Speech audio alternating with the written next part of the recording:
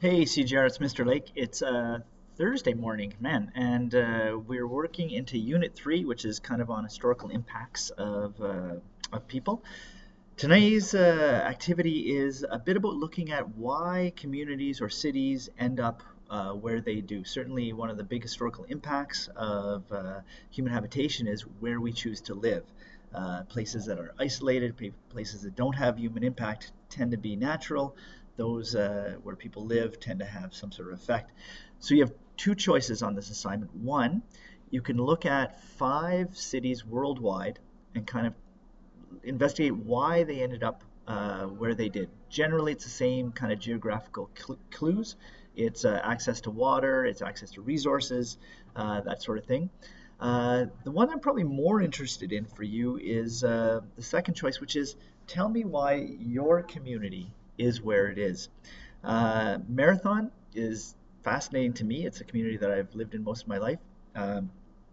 It doesn't actually come from Marathon in Greece or the race. It's not related to that. It actually comes from the Marathon Pulp and Paper Company, which built our mill in the 1940s. In fact, the old part of town here in Marathon, all of the street names are named after the original board of directors from the Marathon Pulp and Paper Company. You have Armour Street, Ross Street, Yawkey Street, Stevens Avenue.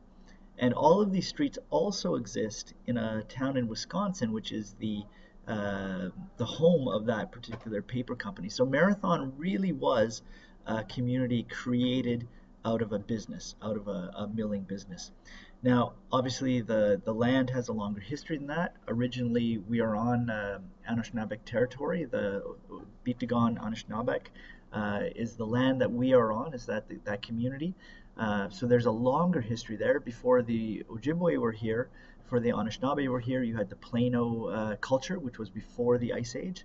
So there's a long history to that community. So why Marathon? Well, for the people of Marathon Pulp and Paper Corporation, it was access to the wood basket, a deep water port where you could bring in ships, and a place where you could float logs to, so that you could bring the logs from the forest through the big lake into our harbor and then turn it into paper. So investigating your own community, I think, would be interesting. Why is it where it is? And maybe even what sort of future does it have? So have fun with that. That one will be due, let's say, maybe a week from today. Let's say Tuesday or Wednesday of next week. I'll post one or the other. Good luck.